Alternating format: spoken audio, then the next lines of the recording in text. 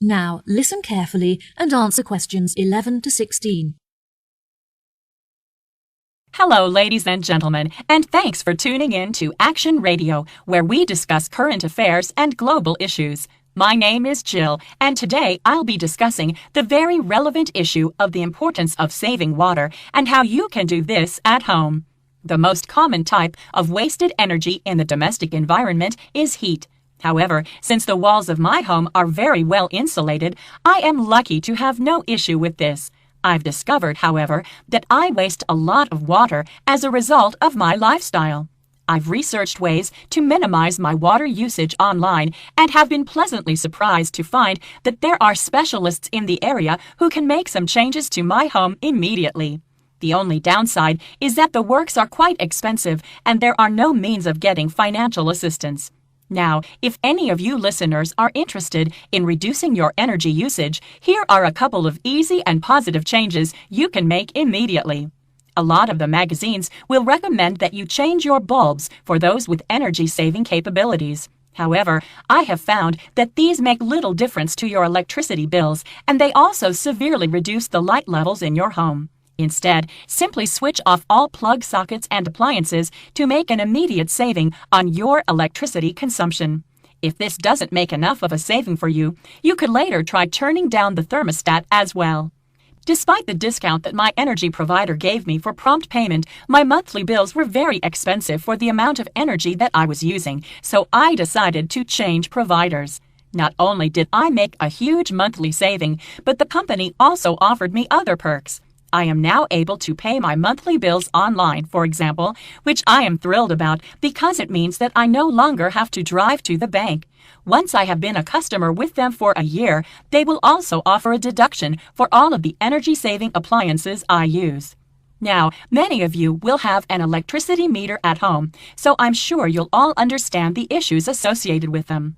They occupy a lot of space in your home and can be unsightly if you're unable to tuck them away in a cupboard. Mine is quite large, as it measures both my gas and electricity, but I was luckily able to hide it in the coat cupboard where I can keep it hidden but also access it easily. Having said that, whenever I have to take a meter reading, I have to use a torch because the screen is too dark to read the numbers correctly. I have recently had an extension built on my house to make room for a new bathroom complete with a low-energy boiler so I can take long showers guilt-free. The walls are nice and thick and well insulated, but unfortunately the window is a little drafty, so I'm going to have to invest in upgrading it. Speaking of renewable energy, I initially considered installing solar panels on the roof instead of using a low-energy boiler, which was the less expensive option. In the end, I decided that the panels would look too ugly on my house, despite that they were technically easy to operate. Before you hear the rest of the talk, you have some time to look at questions 17 to 20.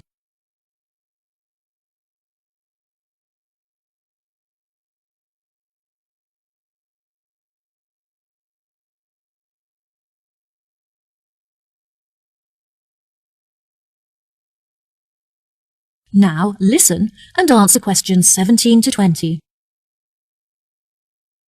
Now, if you're a fan of taking long showers like I am, then switching from baths to showers will not help to reduce your water usage. Instead, here are some small but effective changes you can make. When making a cup of tea, for example, measure out the amount of water that you need before boiling it. And when brushing your teeth, use a cup of water instead of a running tap. I tried filling up my washing machine before switching it on, but I found that the clothes were not thoroughly cleaned, so I would not recommend this. If your tap drips when it is turned off, then you should call a plumber to fix it, as this can result in a lot of water being wasted. Before finishing today's show, I'd like to address two questions that we often get asked by listeners. We had some great feedback about our answer to last week's question on how to calculate the price involved in powering domestic appliances, so let's see how we do this week. One of our most commonly asked questions this week was which device is the lowest energy option for watching films. The simplest answer is that the smaller the screen, the lower the energy used. One of our listeners wrote in with a question that made me chuckle, and the answer is yes, solar panels only work when the sun is out. Now, on a more serious note, a number of you wanted to know what the most efficient temperature is to set the thermostat to. The answer is that the closer you set it to room temperature, the lower the energy used. Before I say goodbye until next week, I'll leave you with one last tip. Turn off the lights when you leave the room. That is the end of section 2. You now have half a minute to check your answers.